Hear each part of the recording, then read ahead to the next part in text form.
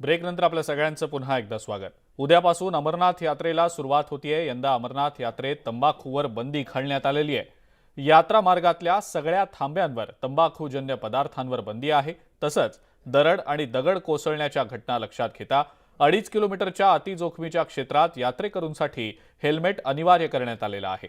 28 जूनपर्यंत 3,04,000 लोकांनी अमरनाथ यात्रेसाठी नोंदणी केलेली आहे। गेल्या वर्षीच्या तुलनेत हा आकडा 10% अधिक आहे। मुख्यमंत्री एकनाथ शिंदे सध्या बोलतायत, आपण थेट जाऊया तिकडे।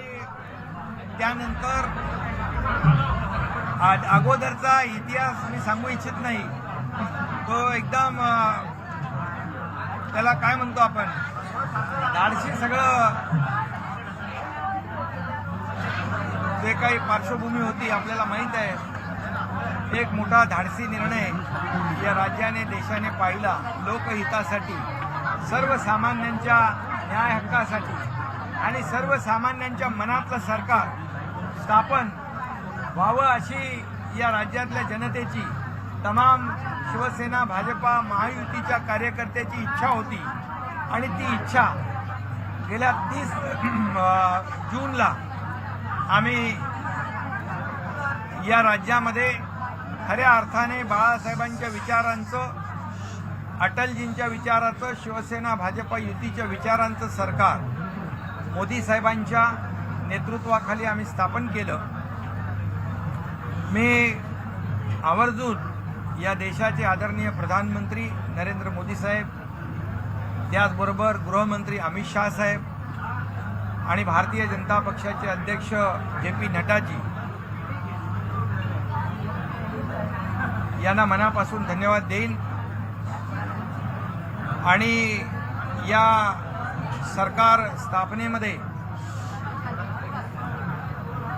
उपमुख्यमंत्री देवेंद्र फडणवीसजींचा सिंहाचा वाटा होता, मोठा त्यांचा सहभाग होता। आणि आम्ही दोघांनी मिळून त्यावेळेस 30 जूनला शपथ घेतली आणि मग नंतर या सरकारचं काम सुरू झालं। मी देवेंद्रजींना पण मनापासून धन्यवाद देईन, त्यांचंही मनापासून अभिनंदन करीन की खांद्याला खांदा लावून एक धाडसी पाऊल जे मी उचललं, माझ्या 50 सहकाऱ्यांनी त्यावेळेस त्याला पूर्णपणे खांद्याला खांदा लावून माझ्यासोबत ते उभे राहिले आणि सरकारची स्थापना झाली। आज गेले आणि त्यासाठी मी ज्यांचं योगदान या सरकार स्थापनेमध्ये शिवसेना भाजपा महायुतीच्या पदाधिकाऱ्यांचं, नेत्यांचं, त्यांना मनापासून या ठिकाणी मी धन्यवाद देईन। शिवसेनेचे आमचे नेते असतील, भारतीय जनता पक्षाचे नेते असतील, या सगळ्यांच्याच सहकार्यातून हे सरकार लोकांच्या मनातलं स्थापन झालं। बाळासाहेबांच्या विचाराचं, धर्मवीर आनंदीगे साहेबांच्या विचाराचं सरकार आपण पाहतोय की गेले वर्षभरामध्ये जे आम्ही काम केलं, मला आठवतंय पहिली कॅबिनेट शपथ घेतल्यानंतर पहिल्या कॅबिनेटमध्ये मी आणि देवेंद्रजी दोघंच होतो, पण त्याही वेळेस आम्ही शेतकऱ्यांचा, कष्टकऱ्यांचा, कामगारांचा विचार करून, सर्वसामान्य माणसाचा विचार करून त्याही कॅबिनेटमध्ये जनहिताचे निर्णय घ्यायला सुरुवात केली। आज 35-40 कॅबिनेटचा जर पार्श्वभूमी आपण पाहिली तर आमचा अजेंडा एकच आहे, या राज्यातल्या सर्वसामान्य जनतेला न्याय देणं, या सर्वसामान्य लोकांच्या आयुष्यामध्ये चांगले दिवस आणणं। आणि म्हणून जे आमचे निर्णय आपण पाहाल तर एकही असा निर्णय वैयक्तिक कुणाच्या तरी लाभाचा आपल्याला शोधून सापडणार नाही। जेवढे निर्णय आम्ही घेतले ते शेतकऱ्यांसाठी, वंचितांसाठी, शोषितांसाठी, गरजूंसाठी, महिला भगिनींसाठी, तरुणांसाठी, कामगारांसाठी, असंघटित कामगारांसाठी, या समाजातला प्रत्येक घटक, ज्येष्ठांसाठी निर्णय आम्ही घेतले। आणि म्हणूनच या सरकारला आज वर्ष पूर्ण होतंय। वर्षपूर्तीचा आनंद बघा कार्यकर्त्यांच्या चेहऱ्यावर किती आहे। एक वर्ष कसं गेलं हे समजलं नाही, परंतु या वर्षामध्ये जे घेतलेले अतिशय धाडसी निर्णय जे आहेत, या धाडसी निर्णयामुळेच अल्पावधीमध्ये हे सरकार जे आहे हे लोकाभिमुख काम करणारं सरकार म्हणून लोकांच्या मनामध्ये ठसा उमटवण्यासाठी पात्र ठरलंय असं मी या ठिकाणी नम्रपणे सांगू इच्छितो. महाविकास आघाडीच्या सरकारमध्ये ज्या मुख्यमंत्री एकनाथ शिंदे हे यांनी ज्या शिंदे फडणवीस योजना सुरू सरकारच्या केल्या होत्या वर्षपूर्तीच्या निमित्तानं बोलताय. त्या दुर्दैवाने आमचं सरकार स्थापन होण्यापूर्वी बंद पाडल्या गेल्या, अडथळे निर्माण केले गेले. जलयुक्त शिवार योजना असेल, मेट्रो असतील, अनेक प्रकल्पांची कामं असतील. परंतु जसं आम्ही सरकार स्थापन केलं तसे सगळे स्पीड ब्रेकर आम्ही हटवले, सगळ्या अडचणी दूर केल्या आणि केंद्र सरकार आणि राज्य सरकार मिळून आम्ही या कामाची गती वाढवली. बुलेट ट्रेन बंद होती, त्याला देखील आम्ही बुलेट ट्रेनला चालना दिली. स्पेसिफिक असं नावं घ्यायला गेलो तर खूप मोठी जंत्री आहे, परंतु केंद्रातलं सरकार आणि राज्याचं सरकार एक समविचारी सरकार जेव्हा असतं तेव्हा एक डबल इंजिन सरकार म्हणून त्याला डबल स्पीड मिळतो आणि मग राज्याच्या ज्या योजना आहेत या केंद्राकडे आम्ही पाठवल्यानंतर त्या केंद्राकडून तात्काळ मान्य होतात आणि त्यामुळे मी मोदी साहेबांना पुन्हा एकदा धन्यवाद देईन. सर्व केंद्रीय मंत्री जे आहेत त्यांना देखील धन्यवाद देईन, कारण आमचा एकही प्रस्ताव त्यांनी नामंजूर केला नाही. मोठे जे प्रकल्प आहेत, मराठवाडा वॉटर ग्रीड सारखे, कोकणातल्या पाण्यात जे वाहून जाणारं पाणी जे आहे ते, असे मोठे प्रकल्प जे आहेत त्या प्रकल्पांसाठी नक्की केंद्र सरकारची आम्हाला मदत लागेल आणि नक्की मदत मिळेल. मी या ठिकाणी सांगू इच्छितो की या राज्यामध्ये इन्फ्रास्ट्रक्चरचे एवढे प्रकल्प सुरू आहेत की मला वाटतं देशामध्ये नंबर 1ला आपला महाराष्ट्र आहे. मग ते पायाभूत सुविधांचे प्रकल्प, मेट्रोचे प्रकल्प, समृद्धी हायवेचे प्रकल्प, मिसिंग लिंकचे प्रकल्प, Sewri Nhava Sheva trans harbour link, 22 किलोमीटरचा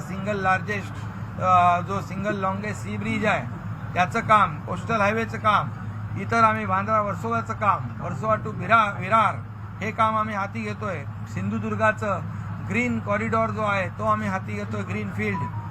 हे असे महत्वाकांक्षी प्रकल्प जे आहेत, ॲक्सेस कंट्रोल रस्ते, ॲक्सेस कंट्रोल प्रकल्प, जसं समृद्धीमध्ये 7 तासामध्ये मुंबईला माणूस येऊ शकतो, अशाच प्रकारचं एक रस्त्यांचं एक जाळं तयार करतो आम्ही, ॲक्सेस कंट्रोल ग्रीड, आणि त्यामुळे मोठ्या प्रमाणावर दळणवळण यंत्रणा सक्षम होईल.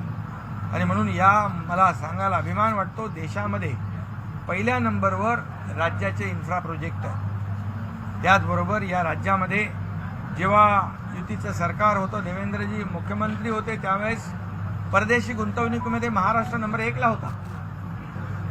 परंतु दुर्दैवाने महाविकास आघाडी सरकार स्थापन झाल्यानंतर गुजरात पुढे गेला, कर्नाटक पुढे गेला. परंतु जसं आपलं 11 महिने 12 महिन्याचं सरकार स्थापन झालं, आता पुन्हा एकदा महाराष्ट्र परदेशी गुंतवणुकीमध्ये नंबर 1ला आलेला आहे. याचं आम्हाला समाधान आहे आणि म्हणूनच एक वेगवान सरकार, गतिमान कारभार या सरकारच्या माध्यमातून आम्ही करतो आहे. शासन आपल्या दारी हा अतिशय अभिनव असं संकल्पना, म्हणजे लोकांना सरकारच्या दारात यायला लागू नये. जिल्हाधिकारी कचेरी असेल, तहसीलदार कचेरी असेल, या ठिकाणी यायला खेटे मारायला लागता कामा नये. म्हणून सरकार, शासन आपल्या दारी, जे निर्णय सरकारने घेतले, जे योजना सरकारने सुरू केल्या, त्या पूर्णपणे त्याचा लाभ लोकांना मिळाला पाहिजे. त्याला लागणारी कागदपत्र, सर्टिफिकेट, प्रमाणपत्र देखील एकाच छताखाली देण्याचा निर्णय घेतला आहे. हजारो लोकांचा उदंड प्रतिसाद या शासन आपल्या दारी या कार्यक्रमाला लाभतो आहे. त्यामुळे हे सरकार जे आहे सर्वसामान्यांच्या जीवनामध्ये बदल घडवण्यासाठी अनेक निर्णय घेते. शेतकऱ्यांसाठी आम्ही अनेक निर्णय घेतले. केंद्राची, मोदी साहेबांची 6,000 रुपये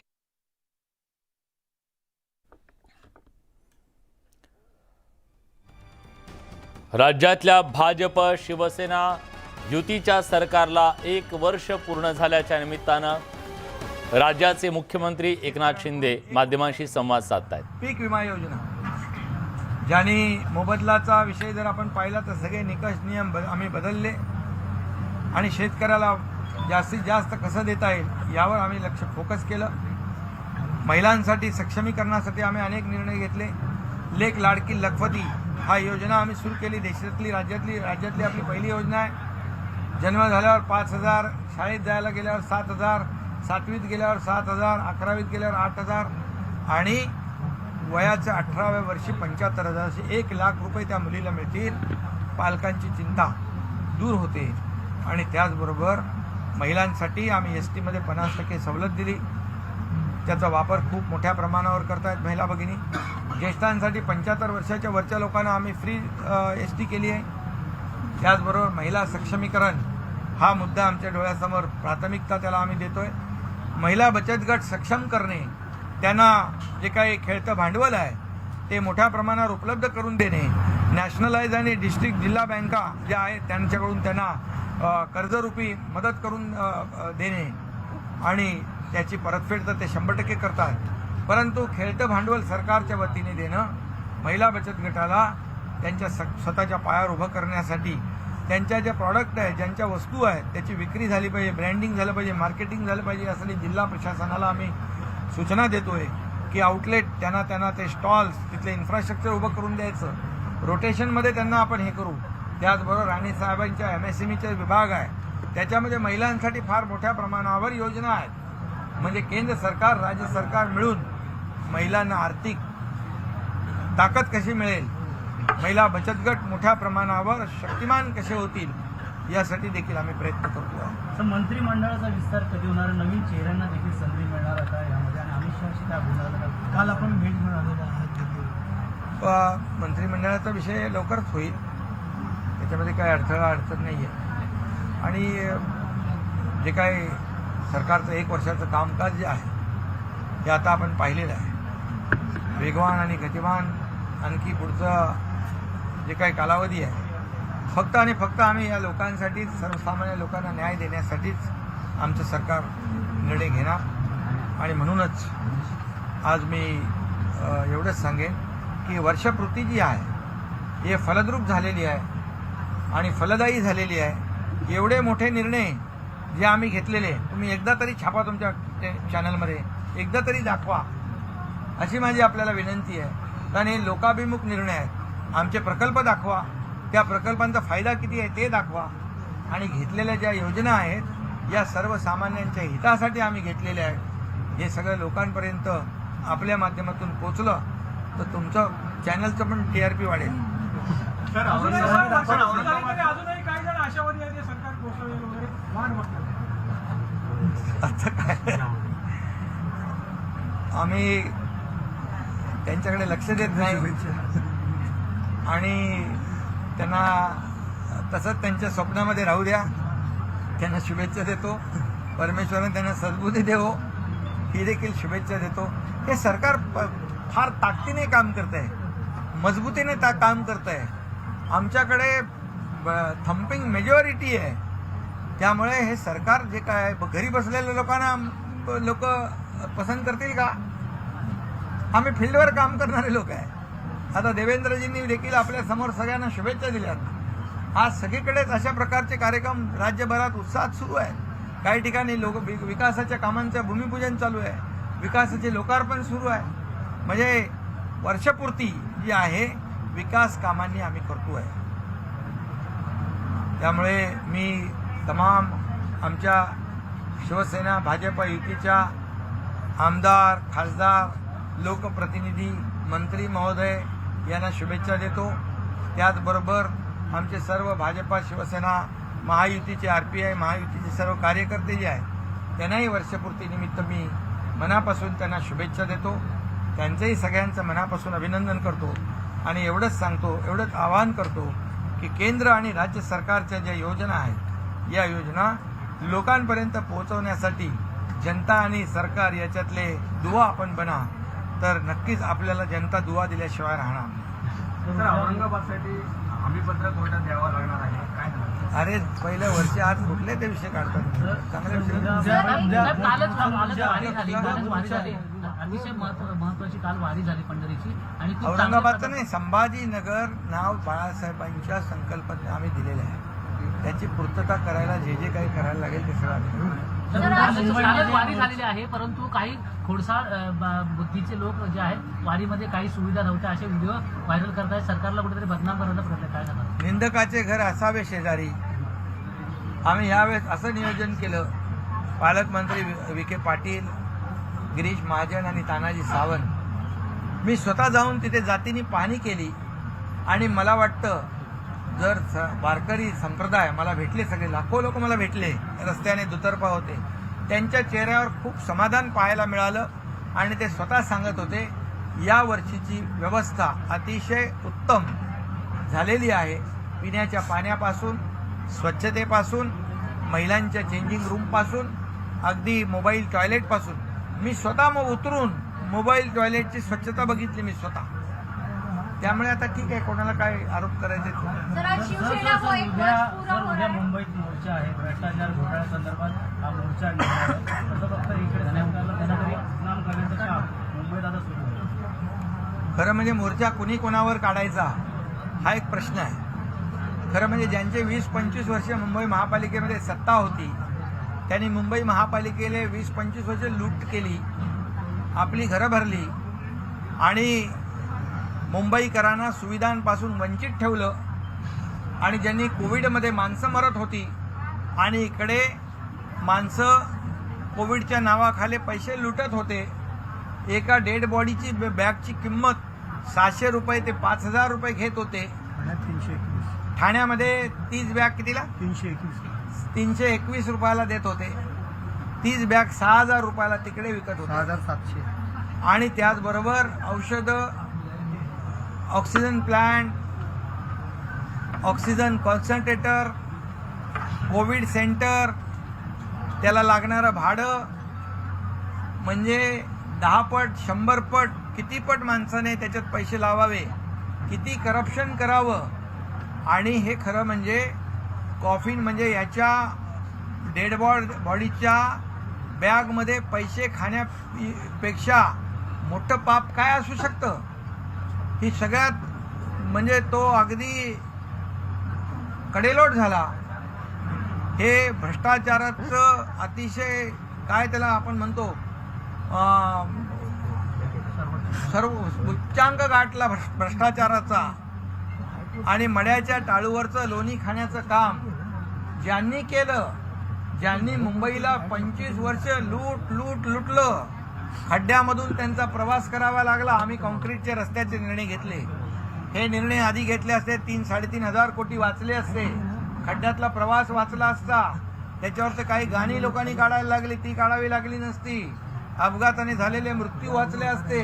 आणि हे सगळे जे मृत्यू आहेत, जे रस्त्यावरच्या अपघातावरचे आणि कोविड सेंटर, कोविडच्यामुळे काही तर ठिकाणी माणसं डॉक्टरच नाही त्याचे पैसे काढले.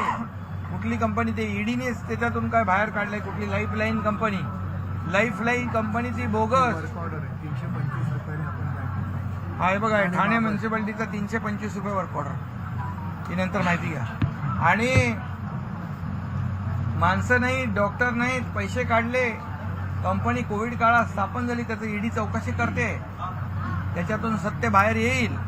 परंतु ज्या लोकांचा मृत्यू झालेला आहे आणि सदोष ज्या काही यंत्रणा आहेत, याच्यामुळे ज्यांचा मृत्यू झाला आहे, त्या मृत्यूला जबाबदार लोक कोण आहेत हे देखील जनतेसमोर नक्की आल्याशिवाय राहणार नाही. त्यामुळे उलटा चोर कोतवाल को डाटे, दरोडा घालायचा आणि चोरी केली म्हणून बोंबलायचं, अशा प्रकारची वृत्ती जी आहे, या वृत्तीला मुंबईकर चोख उत्तर देतील.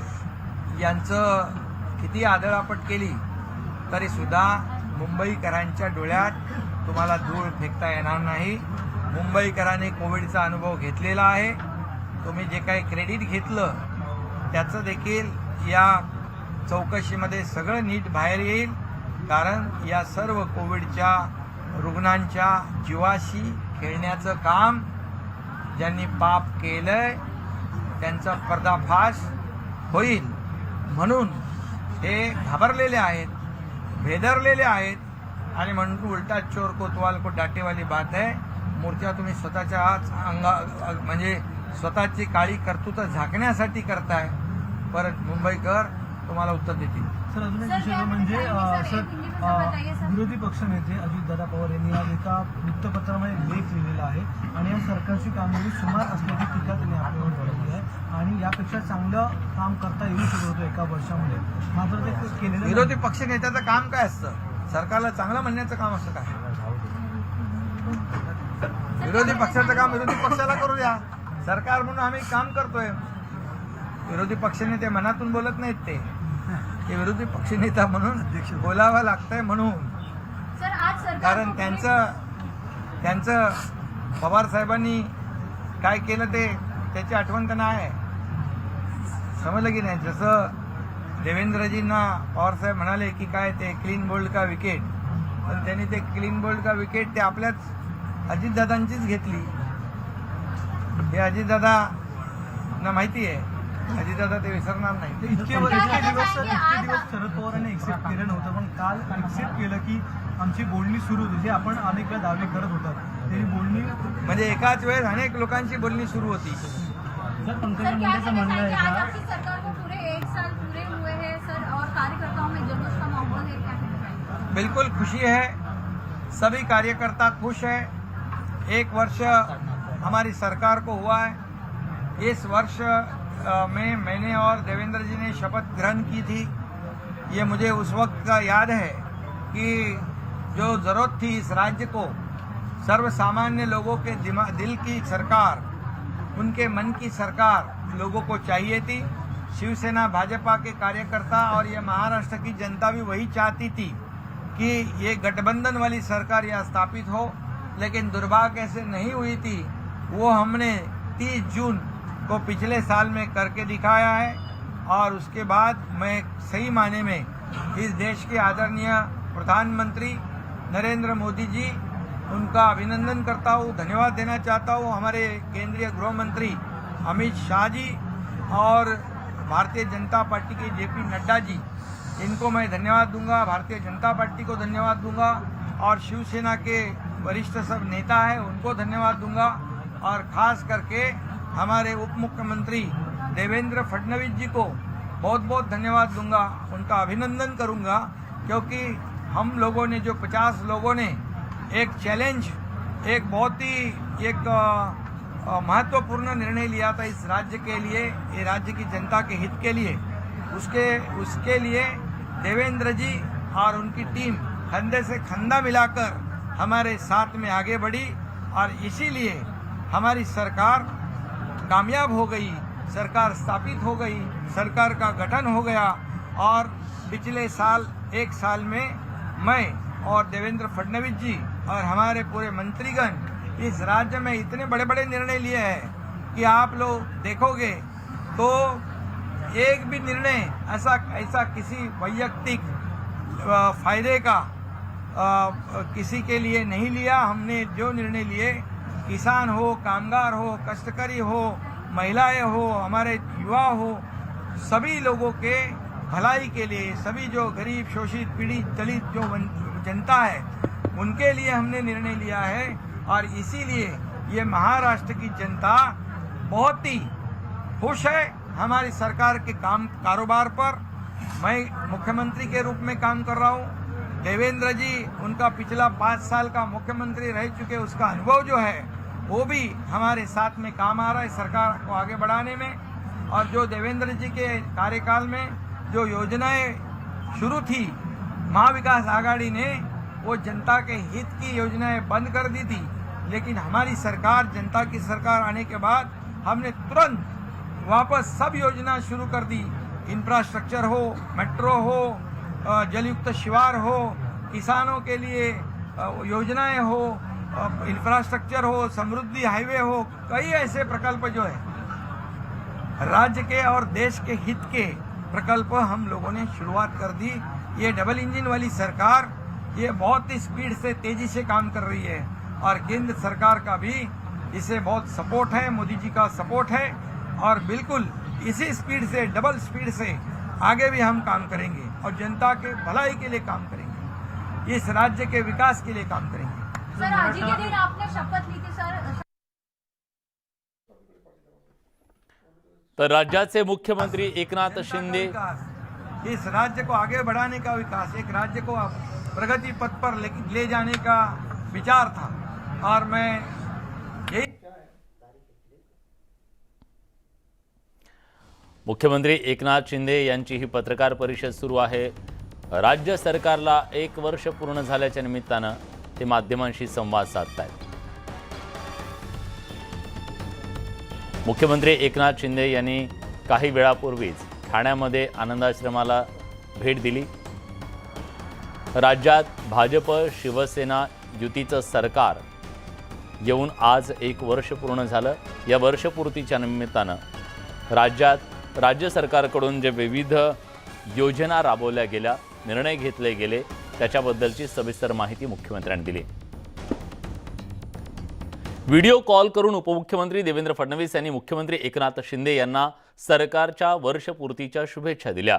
शिवसेना आमदार प्रताप सरनाईक यांच्या फोनवर व्हिडिओ कॉल करून उपमुख्यमंत्री देवेंद्र फडणवीस यांनी एकनाथ शिंदे यांच्याशी संवाद साधला। त्यावेळी दोघांनी एकमेकांना सरकार वर्षपूर्तीच्या शुभेच्छा दिल्या असून सर्व शिवसैनिकांना देवेंद्र फडणवीस यांनी शुभेच्छा दिल्या।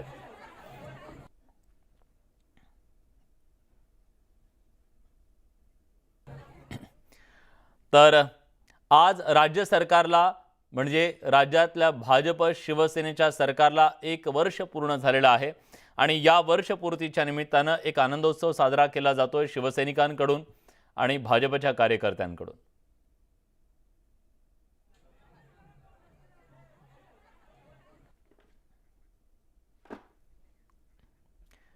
सरकारला 1 वर्ष पूर्ण झाल्याच्या नंतर आता त्याचा आनंदाचा क्षण आमच्यासाठी आहे आणि समाधान सुद्धा आहे। ग्रामीण, शहरी, उद्योजक, व्यापारी आणि इतर अनेक घटकांना न्याय देण्याचं काम या वर्षात शिंदे फडणवीस यांच्या नेतृत्वाखाली करू शकलो याचं समाधान आहे। तसंच येणाऱ्या वर्षात राज्याचं उत्पन्नाचे स्रोत वाढवण्याचं काम आम्ही करणार असल्याचं सुद्धा शंभूराज देसाईंनी म्हटलंय। शिंदे फडणवीस सरकारला 1 वर्ष पूर्ण झाल्यानंतर आज याचवर बोलण्याकरता आपल्यासोबत शंभूराज देसाई आहेत। आपण त्यांच्यासोबत बोलूयात। काय सांगाल साहेब, 1 वर्ष पूर्ण झालंय, कशा पद्धतीनं ह्या पूर्ण 1 वर्षाकडे तुम्ही पाहता आणि पुढील तुमचं लक्ष काय असेल सरकारचं? बघा, 1 वर्षाचा कालावधी आजच माननीय शिंदे साहेबांच्या आणि माननीय फडणवीस साहेबांच्या शपथविधीला पूर्ण झालेला आहे। एक आनंदाचा क्षण आणि एक समाधान आहे की माननीय शिंदे साहेबांच्या नेतृत्वाखाली राज्याच्या जनतेच्या सर्व क्षेत्रातल्या, मग ग्रामीण असेल, शहरी असेल, शेतकरी असेल, कष्टकरी असेल, उद्योजक असेल, व्यापारी असेल, जेवढे घटक आहेत राज्यामधले, त्या सगळ्या घटकांना न्याय देण्याचं काम या वर्षभरामध्ये हे सरकार शिंदे साहेबांच्या आणि फडणवीस साहेबांच्या नेतृत्वाखाली करू शकले, याचं आम्हाला समाधान आहे। जी फसवणूक केली त्याला 1 वर्ष पूर्ण झालंय असं संजय राऊत म्हणतायत, काय सांगाल? आम्ही त्यांच्या बोलण्याकडे गांभीर्यानं बघत नाही। आजचंच उदाहरण आहे, संजय राऊत किती टीका करू द्यात, बघा आज वर्षपूर्तीचा सोहळा आमच्या सातारा जिल्ह्यामध्ये 125 कोटी रुपयांच्या 86 गावातल्या वेगवेगळ्या विकास कामांचं भूमिपूजन माननीय मुख्यमंत्री महोदयांच्या आणि उपमुख्यमंत्री महोदयांच्या हस्ते करून आम्ही विकासाची कामं घेऊन लोकांच्या दारात जातोय। वर्षपूर्ती केली तर त्या वर्षपूर्तीनिमित्त लोकांना विकासाची कामं घेऊन आम्ही त्यांच्या दारात जातोय। आम्ही अशा चांगल्या कामातनं त्यांच्या टीकेला उत्तर देऊ, त्यांनी टीका करत राहावं, आम्ही विकासाचं काम करून त्यांच्या टीकेला चोख उत्तर देऊ। कॅमेरामॅन राम पवार समी, सचिन जाधव, न्यूज 18 लोकमत, पाटण, सातारा। यासोबत बुलेटिनमध्ये आपण इथेच थांबतोय। ताज्या घडामोडींसाठी बघत रहा न्यूज 18 लोकमत।